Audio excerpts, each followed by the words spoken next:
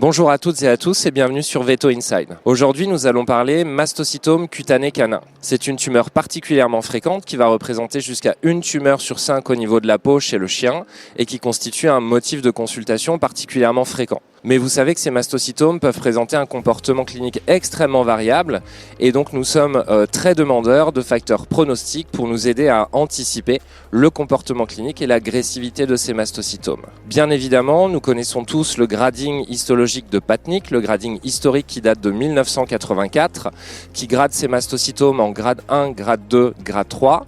Et si le comportement des mastocytomes de grade 1 et de grade 3 est plutôt bien connu, le comportement clinique des mastocytomes de grade 2 peut être extrêmement variable. Ce qui a fait l'objet de la publication d'un nouveau système de grading, le grading de Kupel en 2011, qui lui nous grade ces mastocytomes uniquement en bas grade ou haut grade. Cela nous permet désormais de fusionner ces deux systèmes de grading et d'identifier au sein de ces mastocytomes de grade 2 ceux qui pourraient présenter un comportement clinique particulièrement agressif et donc faire l'objet d'un suivi attentif ou éventuellement d'un traitement adjuvant à l'exérèse chirurgicale. Au-delà de ces systèmes de grading, nous pouvons nous attacher à d'autres marqueurs, notamment sur le plan histologique, immunohistochimique ou de biologie moléculaire. Nous mentionnerons entre autres le comptage mitotique, qui présente un intérêt tout particulier que le pathologiste doit mentionner dans son compte-rendu. Et vous connaissez également l'index de prolifération Ki67, qui évalue la prolifération des cellules tumorales, avec respectivement deux valeurs seuil qui ont été publiées.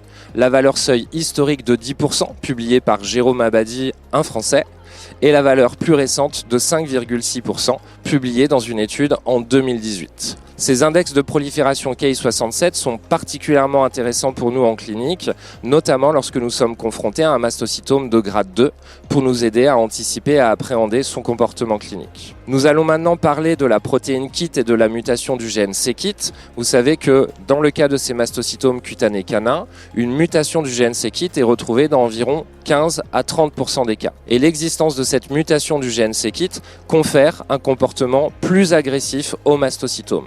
Nous pouvons donc la rechercher dans un cadre pronostique, les mastocytomes faisant l'objet d'une mutation, ayant un comportement plus agressif, étant souvent de grade histologique plus élevé, avec des index de prolifération plus élevés, un risque élevé également de récidive locale, de dissémination métastatique et par conséquent une survie post-opératoire plus courte. En parallèle, nous pouvons également faire appel à l'examen immunohistochimique de la protéine KIT, qui se répartit en 3 patterns différents. Le pattern numéro 1 qui est le pattern membranaire, qui est le pattern normal, tandis que le pattern 2 et le pattern 3 sont des patterns cytoplasmiques qui sont eux également associés à un pronostic plus sombre.